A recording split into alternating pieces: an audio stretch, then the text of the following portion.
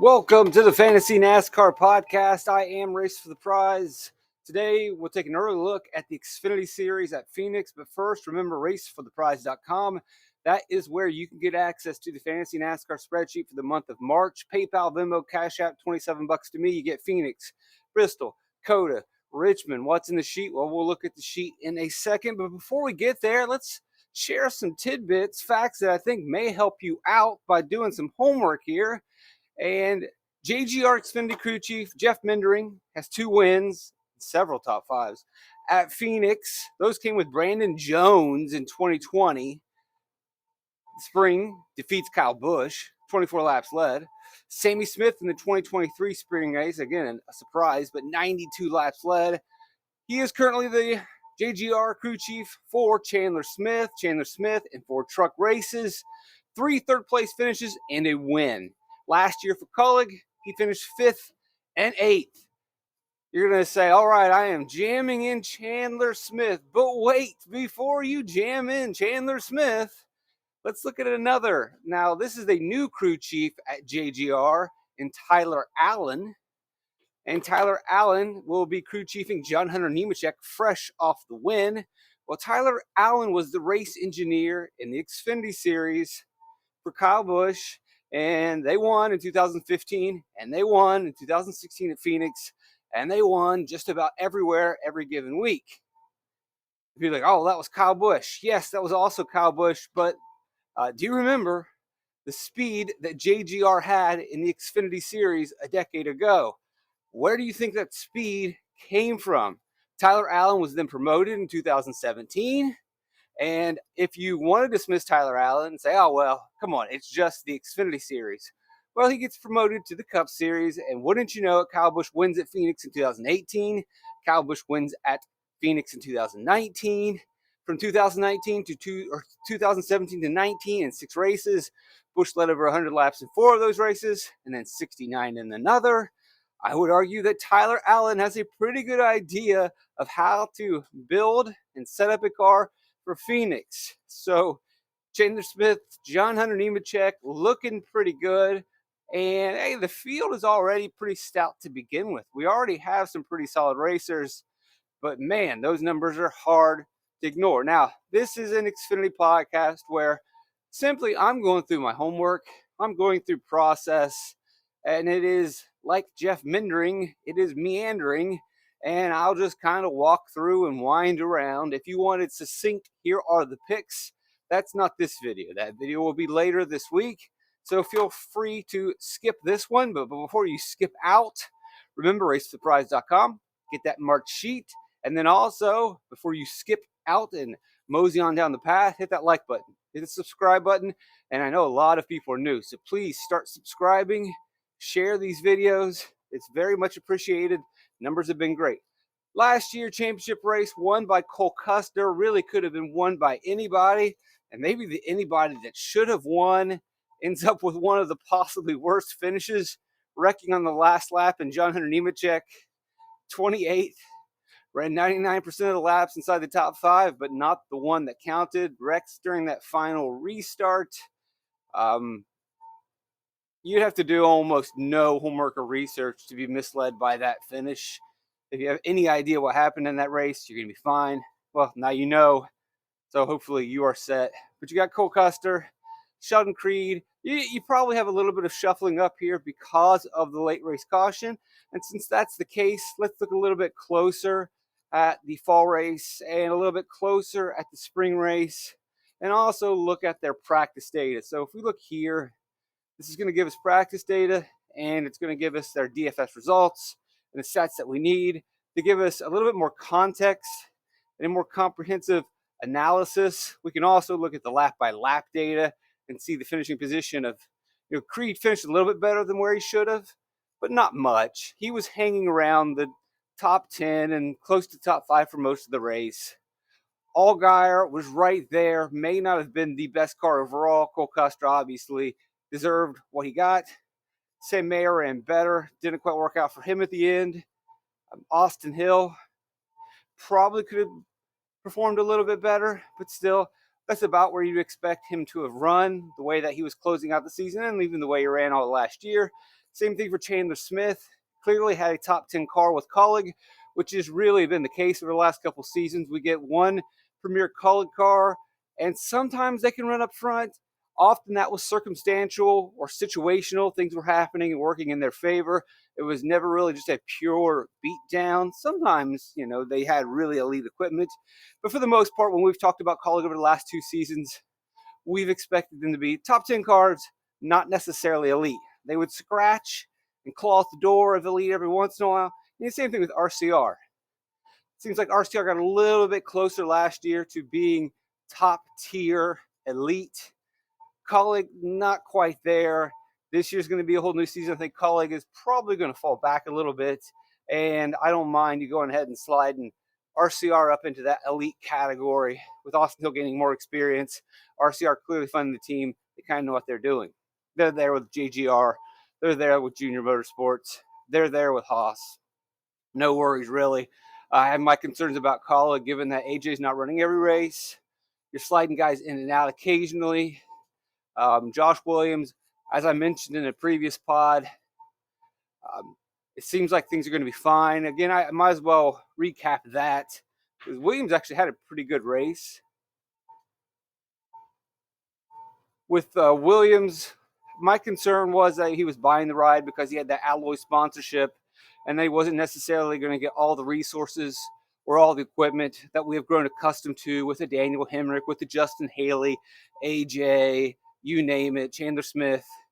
And so I was not bullish. I backed off him last week, especially after a poor qualifying and a poor race run. And then after the race, he explained, hey, I'm not used to driving these cars. Colleague sets them up differently. And we know this from past experience. Colleague loves to trim out their cars. Their cars are going to handle very loosely and lean towards speed. Josh Williams, not used to that speed, not used to that trim, and did not qualify well, did not practice well. But once he finally got some laps under his belt, because he actually told them, hey, can you tighten this thing up? And they basically said, no, we're not going to tighten the thing up. Learn to drive it. And throughout the race, he learned how to drive it. He just needed reps. And so moving forward, you're encouraged. Now, it's going to be a bit of hit or miss. We can't just assume like, oh, he figured this car out in 15 or 20 laps at Las Vegas. At every track, he's going to have to figure out, how does this Colleague car run at this given track? Where is Williams? I should put him on the screen. Not a bad day. Not a great day. Remember, this is Gosselin equipment. Actually, probably not a good day, to be honest. Finishes 25th. Not terrible for a Marco Gosselin car, but a lot of his track experience we might have to throw out. People say, oh, he's an experienced driver. He's been around for quite some time. But those Gosselin cars are going to handle different at Phoenix. They're going to handle different at COTA. They're not going to be the same at Richmond, at a short, flat track, or at Bristol. And every week is going to be a learning experience of, well, how do I drive a Colleague car? And I wouldn't be surprised to see Josh Williams routinely qualify poorly, routinely put up poor practice speeds, because practice is just not that long of a session, and then throughout the race, improve. And there's going to be weeks where he doesn't figure it out, and he's going to let you down, because there's no guarantee that every single week Josh Williams is going to go out there and learn how to drive a Colleague car at every single racetrack. Towards the end of the season, it might become a lot easier. He might start qualifying better, practicing better, and laying down more consistent lap times during the race. But make no mistake, the early part of the season for Josh Williams is going to be trial and error, learning experience. Growth is not a straight line, right? Development, there's going to be ups, there's going to be downs. One would think and hope that eventually, though, over the course of a season, your line will be higher than where it began. But make no mistake, it's not linear. There's going to be ups and downs. Last week was definitely an up. Phoenix could be a down race for him.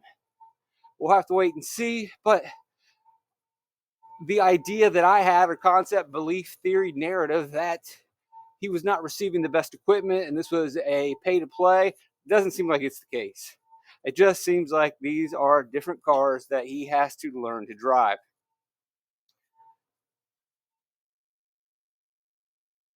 So then if we look again at like our lap by lap, your top 10, Not really a surprise at Phoenix last fall. They all pretty much ran inside the top 10. And then Kaz Grala sneaking in here, a little bit of a surprise, but I would bet that he benefited from that late race caution a little bit possibly. Or no, did he just race his way in there? I would have to look and see what car was he in last fall. Kaz, Sam Hunt car, which we have seen be pretty solid at times last week, pretty good for Corey Heim. Not always the greatest. It seems like that Sam Hunt car, as I've mentioned before, is usually better when you have a TRD whiz kid or someone that Toyota Racing Development is really putting some money into. Nonetheless, he starts 24th. He finishes around, 10th? But his average running position was 15th, which is pretty customary for a Sam Hunt car. Finishes a little bit better. You throw in some attrition, you throw in some wrecks, you take John Hunter Nemechek out, he gets a pretty solid finish. Not completely surprised, not completely shocked to see the race play out. Grala hang on to the lead lap, and although we did have 28 cars on the lead lap in that race, but not really the craziest thing in the world. If we go back here and look at some more of the lap-by-lap data in Phoenix, see if we see any surprises. Brandon Jones, disappointing. What are you going to do? Although, it's not a huge disappointment. He had probably a top 10 car. He finishes 11th. Could he have done better? Yes. Could he have done worse? Yes. It's Brandon Jones. Parker Retzlaff, who, if I remember correctly, his first race in the series, 2022, I believe, jumping in a Sieg, got some Sieg part-time rides, was at Phoenix, and he was incredibly fast during practice and looked really good early in the race, and then suffered a mechanical issue. And since then, he's pieced together some pretty solid finishes, and we know that last year really had a breakthrough with Jordan Anderson, really good, practically a top 15 driver, arguably the best driver in the mid-pack. We don't have that conversation very often. We know, the JGRs, the Junior Motorsports, the colored cars, Haas, we have those conversations, who's the best. Then we look at the mid-pack. We don't really talk enough about it, but Parker Retzlaff and Jordan Anderson really have a strong argument that they were the best mid-pack team, and he was a rookie. Now, he's changed crew chiefs, but he has changed crew chiefs and even upgraded his crew chief to Chad Kendrick. You look, Phoenix 13th, 18th, 21, 36, and that 36, he had a really fast car. This is only his third season. The arrow is pointing up for Parker Retzlaff. Definitely got to be interested. He might be the better Parker in this series, although Parker Kligerman's good. Let's not disparage Parker Kligerman. Very good broadcaster. I think he brings a lot to the sport. And dare I say, he's better than that one guy they used to have. I can't even remember his name. The goofball. I don't know. This shows how much I know, and I can't remember that broadcaster. Is probably one of the most popular guys. The glasses, had a TV show. Anyway, look back at some laps real quick. And again, see if we can paint a picture of, look, probably the best thing to do for this would be look at laps inside the top 15. And there it is. Half the race, Burton's in the top 15. Almost all top 20. Let's see, he finishes 12th. Retzlaff probably finished a little bit better than he should have, but he was inside the top 20 for most of the race. Rajat Caruth, top 20 all race long, finishes 14th. Same thing with Moffitt. Basically, these cars are lining up about where you would expect. No real surprises. Some of the surprises are guys that just don't get the finishes that they deserve. Hemrick, issues happen. Same thing with Snyder. Same thing with Nemechek. It's a race. There's going to be events that unfold. Let's look at the fall results and try to identify some drivers. Cole Custer, 18 fast laps, 24 laps led. That's awesome. And we can even cross-reference that with the spring race, where Cole Custer, again, 7 and 10.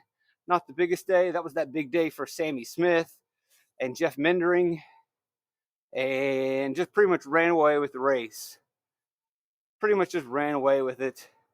Great setup, once again, in the spring. And, hey, it could happen. But either way, going back to Custer, we know that Custer was very comfortable at this track last year. And I'm not surprised. They headed into this race expecting to go to the championship, so they took Phoenix seriously, and then they took it seriously in the fall. Custer wants another championship. This is a big race for him. This is not just the second race of the 2024 season. If you, as a team, want to win the championship, you better go out there and collect some serious practice data. You better collect some serious qualifying data, and every lap matters because we're going to try to figure this thing out, highly tune it so that we can win the championship in the fall. Custer knows that. Allgaier knows that. Now, Nemechek is not really in the same situation as a part-time driver. He was last year. But Nemechek is also in the same old position that he is always in. And he's done this probably more than he has been a regular. And you go back to the CGR 42 All-Star car days, he just wants to go out there and win races. He wants to go out there and lead laps. He's an aggressive kid. I wouldn't necessarily say there's a chip on his shoulder because he seems very happy-go-lucky, but he is a kid that's never been given a break. He's a kid that has never really been looked at. Despite having a dad who he's born into racing, he's had to claw for a lot. He pretty much almost lost everything when he got into that fight with Cole Custer in the Truck Series. Basically got booted out of Chevy. Probably was on the fast track to join Junior Motorsports. That went away. He's had to bounce around. He's had to climb back. He did get some pretty good opportunities. He had the right connections. You don't just get a KBM truck. You don't just get a front row Cup Series car. You don't just get the premier JGR car. But every time that he has worked himself into an opportunity, he's taken advantage of it. He wasn't terrible in the Cup Series, given it was a COVID year. Really wasn't. And when he went to the Truck Series with KBM and got together with his old uncle Eric Phillips, winning his crew chief in the Truck Series, they were a powerhouse. And we saw last year what he was in the Xfinity Series. Nothing is necessarily been, he's had some opportunities, but man, he goes out there and gives you 100%. That being said, in this Phoenix race, while he is not building for the championship, maybe that's something more important because we may see a Custer who might be more methodical, an Allgaier who might be more patient because they do need points and they do need to learn a lot and don't necessarily have to win. Nemechek is just out there to have some fun, to win some races, and to make a name for himself. I doubt that he is satisfied with being at Legacy Motor Club. Though he enjoys being in the Toyota for Legacy Motor Club, I'm sure that he has higher ambitions. He is a part of the Toyota racing family now, and Denny Hamlin and Martin Truex Jr. may not have very many years left. And there's going to be an opportunity for that car to go somewhere. And there's been times in the past where Nemechek didn't necessarily get the car that he thought that he deserved. He had to wait an extra year to get into the Xfinity Series. You're not going to have to wait an extra year. You won't have to miss an opportunity if he continues to go out and win races in the Xfinity Series and bond with crew chiefs and work well with his team. Work well with his teammates. I don't know. We've seen him and Ty Gibbs clash before. And that's not necessarily the guy that you want to clash with. But Nemechek isn't afraid to just go out there and lay it down. Custer, Nemechek, definitely going to be the top of my board. There was a time where Allgaier was, for my money, the best Phoenix Xfinity driver, at least most consistent. I think he's fallen back a little bit. Other people have gotten pretty good, but he was putting up those numbers against Bell and Reddick and Custer during those solid seasons. Allgaier has kind of slid back a little bit. He's still pretty good, but he is an aged veteran. He's still going to be capable of scoring fantasy points, but at some point, his Junior Motorsports teammates might start to climb over him on the ladder of success. Either way, Custer, Nemechek, two guys that I would definitely highly consider. And then, obviously, Chandler Smith is going to be your Sammy Smith and Jeff Mendring. Let's go back to that fall race again. Look at her points. So Custer in control. Custer, practice speeds, it all checks out. You go into the championship race, jam in Custer, there are no worries. You would also go in and you would jam in John Hunter Nemechek. There would be no worries here as well, but until the last lap when he wrecks, it happens. It's DFS NASCAR. But again, 15 fast lap points, 17 laps led points for a total of 27 hog points or dominator points, if you will. He's fast in practice. He's starting third. Sammy Smith and Jeff Mendring disappoint a little bit. They're on the pole. They clearly have a fast car, but This is the championship race. You're not really that surprised. Although we have seen in the Xfinity Series non-championship contenders take a run and win this race, but a lot of times it's a non-regular or a ringer coming, not necessarily down, but someone sliding over. But we do see occasionally the race be won by someone else. Not often, but again, it's not surprising to see. No. Step out of the way, Sammy. The champions are going to battle this thing out. Either way, where does he finish? Top 10. Not a bad day for Sammy and Mindering, and not as good as in the spring, so definitely a disappointment for him there. Sam Mayer scraping off some fast, getting some place differential. Mayer was running really strong and hot at the end of the season. He was fast in practice. You'd have liked to see him fire off better. But then obviously because he didn't fire off as well, that's why he qualified as deep, but had decent long run speed. Keeps up that long run speed, average running position of 5th. Allgaier, typical Allgaier, running up in the top 5, average running position of 8th. That for, what would his rating rank be? 5th overall, 5th highest rated driver in this race. Again, not a surprise. Scrapes off some fast lap points here and there. Practice pretty much correlates. Sheldon Creed getting you 8 fast laps. He's an aggressive driver, not really surprised there. And he's got a pretty fast car in practice, and he's starting up front. And also he had the added situation of the debacle that had unfolded the week before at Martinsville. So he wanted to make sure that he came out and showed up pretty well. Solid day for him, not a surprise. Again, practice is correlating. Casgrala not really burning up the timesheets, but not too far off. You would say, well, I think it's a top 20 car. He runs 15th, gets that little bit of a boost to finish. So yeah, 20th to 10th seems like a stretch, but you throw in attrition, you throw in wrecks, some cautions, some sequencing. You would go into this race saying, well, the Sam Hunt car's not that far off, really. And you couldn't, like, if you look at this data, factored in Sam Hunt, said, all right, it's maybe a 20th to 15th place car. Typically, they're around 20th to 15th place. Catch some breaks here or there, maybe they move forward. They caught quite a few and finished 10th. Not the closest correlation with practice and results, but not that far off. Josh Berry finishes the race in 6th, one of our top scores here in fantasy. His practice pretty much says he had a top 10 car. He wasn't in the championship picture, so no surprise. Let me sort it by finishing position.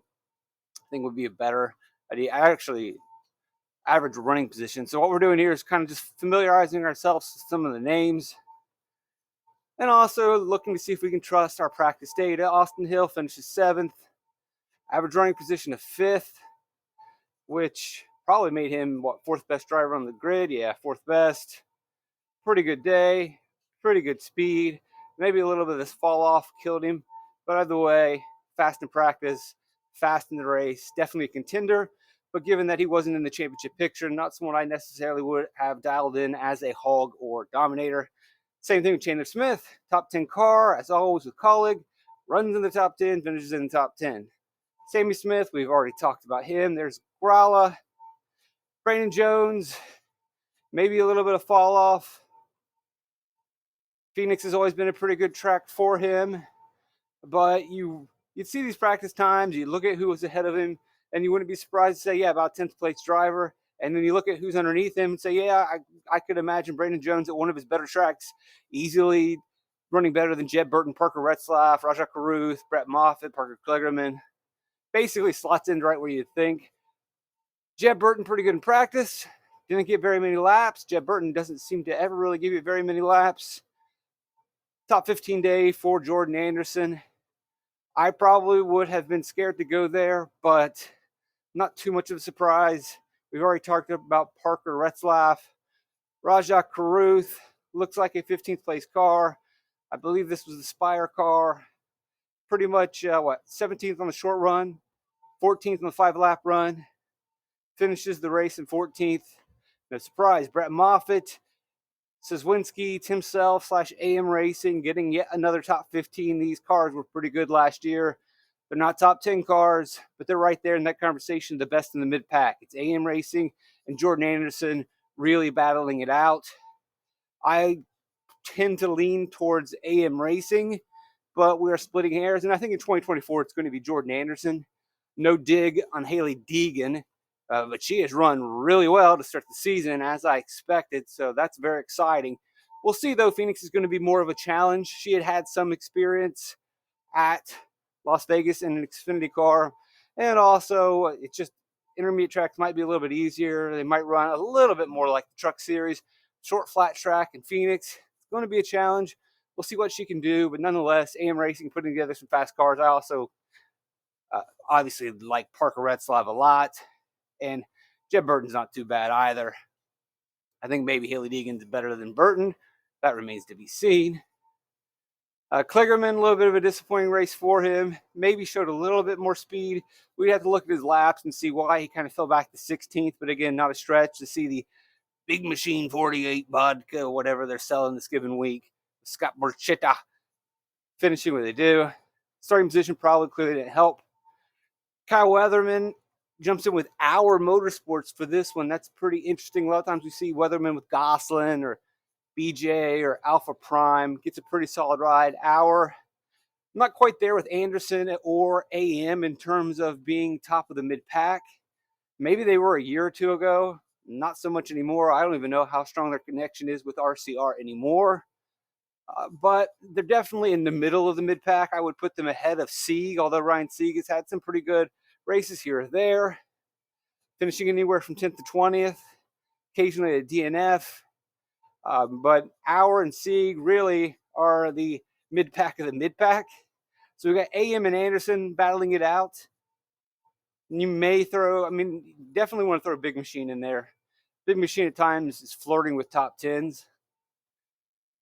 But then you look at Sieg and Auer kind of fighting there, and Clemens is just kind of always there. I don't even know where to position him or put him in.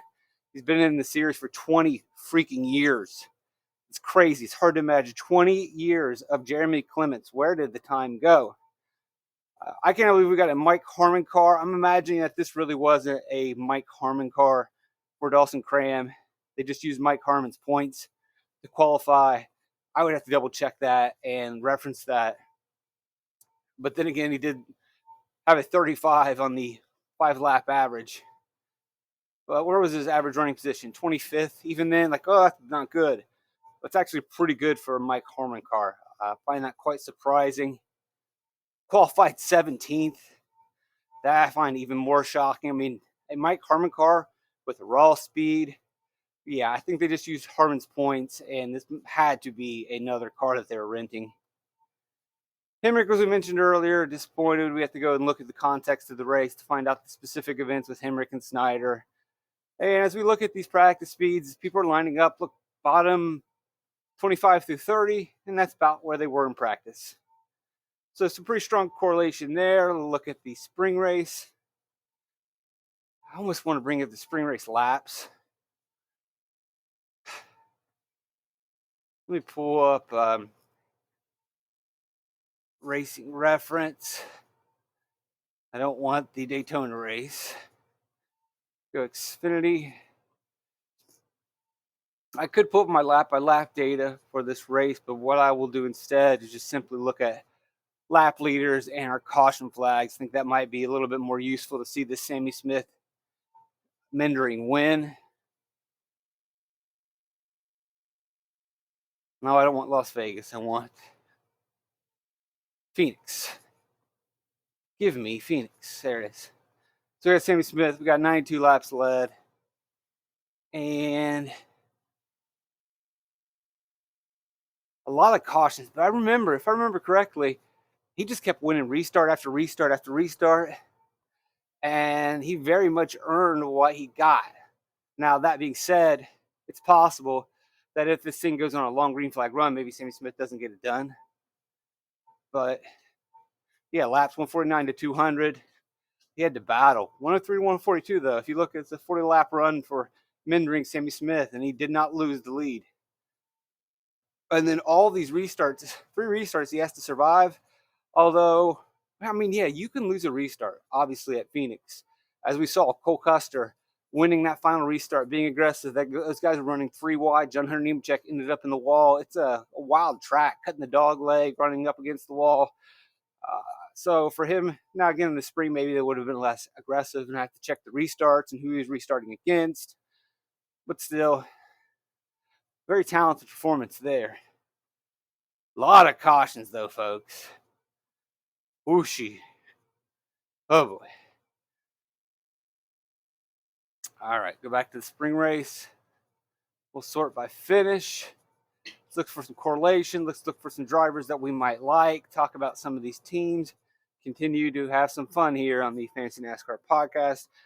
Race for the prize. That's where you need to go. So Sammy Smith was fast in practice. Just misses out on getting into that final qualifying round. Someone that you would have targeted, maybe not. A little bit of surprise early in the season. Ryan Truex showing out a lot of speed, doesn't quite get to the final round. Not surprised to see some of these JGR part-time rental guys that aren't elite not do well. We've seen that plenty over the last couple of years where Truex jumping in or random Yahoos jumping into a JGR car may have some speed, but they just disappoint. Although he didn't completely disappoint. He finishes second in this race. Pretty good in a race controlled by Sammy Smith, but overall, though, his driver rating was just 7th. Again, not bad for a part-time driver. Probably should give him a little bit of respect. Either way, as a whole, if we were to zoom out and not get too bogged into like Ryan Truex disappointed or this was a substitute star ride, I think the bigger takeaway would be that you got a fast JGR here, you got a fast JGR car here. Sheldon Creed with a 3rd place finish would go on to run pretty well in the fall race. Starts up front, runs up front all day. Pretty good day for Creed. Riley Herbst also having speed, as we can see with Cole Custer having speed. Riley Herbst has speed. Pretty good day for Haas. Tanner Smith running up front, finishes 5th. Again, he's going to have a really good crew chief in a JGR car. Did pretty well with Colleague. Nemechek, 8 and 5. Pretty solid day. Clearly a Sammy Smith day. He's got it all. But Nemechek, not a bad day. What did he do in practice? Pretty good, but looks like he doesn't quite have the best car. Surprising, but then after the fact, hindsight being 2020, say, well, there's a reason why he didn't control this race. Sammy Smith had better equipment and had a better car. Austin Hill looks like he has a top 5 car, goes on to finish 7th. Early in the season, I'm not surprised to see him not go out and lead a bunch of laps. I don't know if Phoenix is necessarily one of his best tracks, but he still has a pretty good day. I would say the practice data correlates. Josh Berry looks like he's got about a top 10 car, finishes 8th. It correlates. Kyle Busch starting deep in the field, 37th. This is a Colleague car, so you have to dial back expectations a little bit. And still, he gets a lot out of the car. And a lot of times last year when he was running for Colleague, he was taking notes, doing homework for them, helping them with their cars, maybe driving a little differently. Either way, 37th to 9th. Pretty solid day for Kyle Busch. 13-5, I don't think he had to play him, and he wasn't in the optimal lineup. I'll look and see. Why not look at the optimal lineup before I just got there and tell you, as a matter of fact, he wasn't in the optimal lineup, but pretty sure he wasn't. No, the optimal lineup was Sammy Smith. You actually took Truex. Kligerman, to get you a bunch of place differential points. It isn't too expensive. Riley Herbst getting into that top 5. Austin Hill just hanging in there, scrapes in some hog points. And then Alfredo, 25th to 14th. Imagine he benefited from those series of cautions at the end, given that his driver rating was 21st in the race. And that's where he pretty much ran, but he finishes about 7 spots better and ends up in the optimal lineup. And no, you did not have a Kyle Busch in that spring race.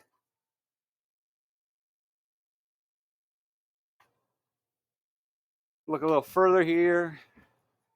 Practice, Daniel Hemrick finishing 10th.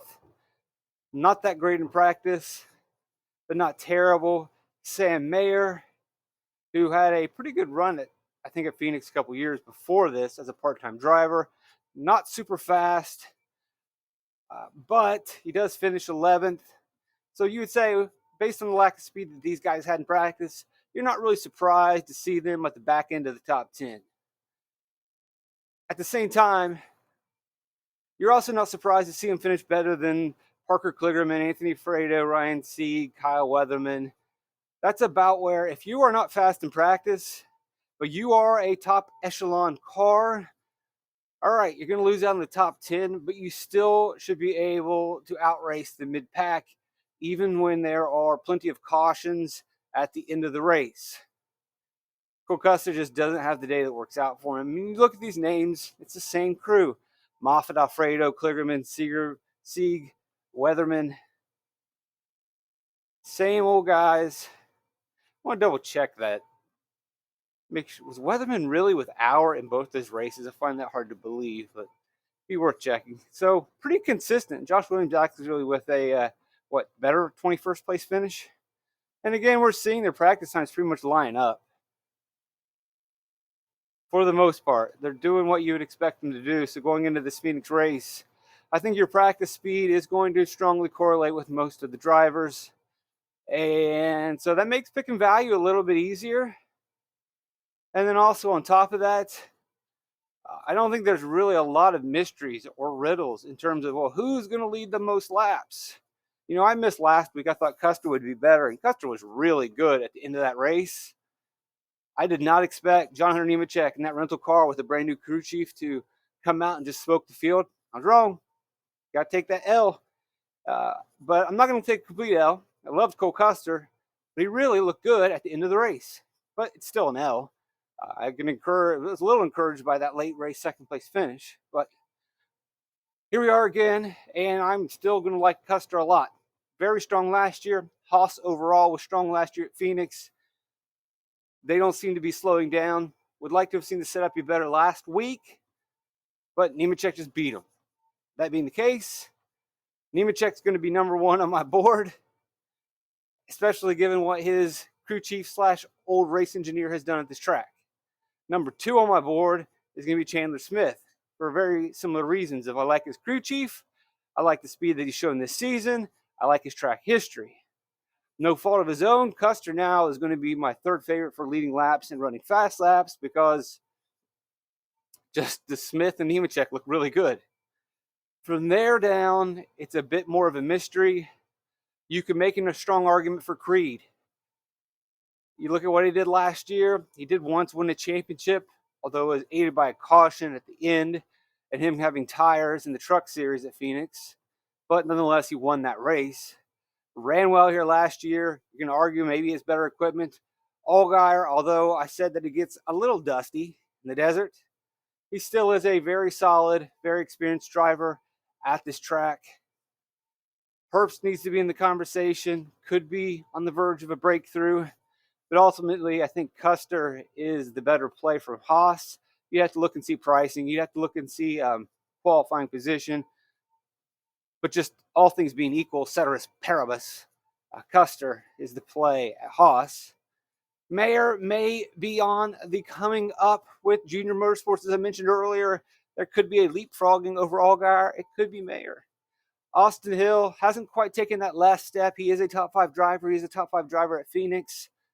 So to take that final step, he has to step over a Nemechek. He has to step over a Chandler Smith. He has to step over a Cole Custer. And where he can do that and has done that at other tracks, I don't know if Phoenix is going to be the place he does it.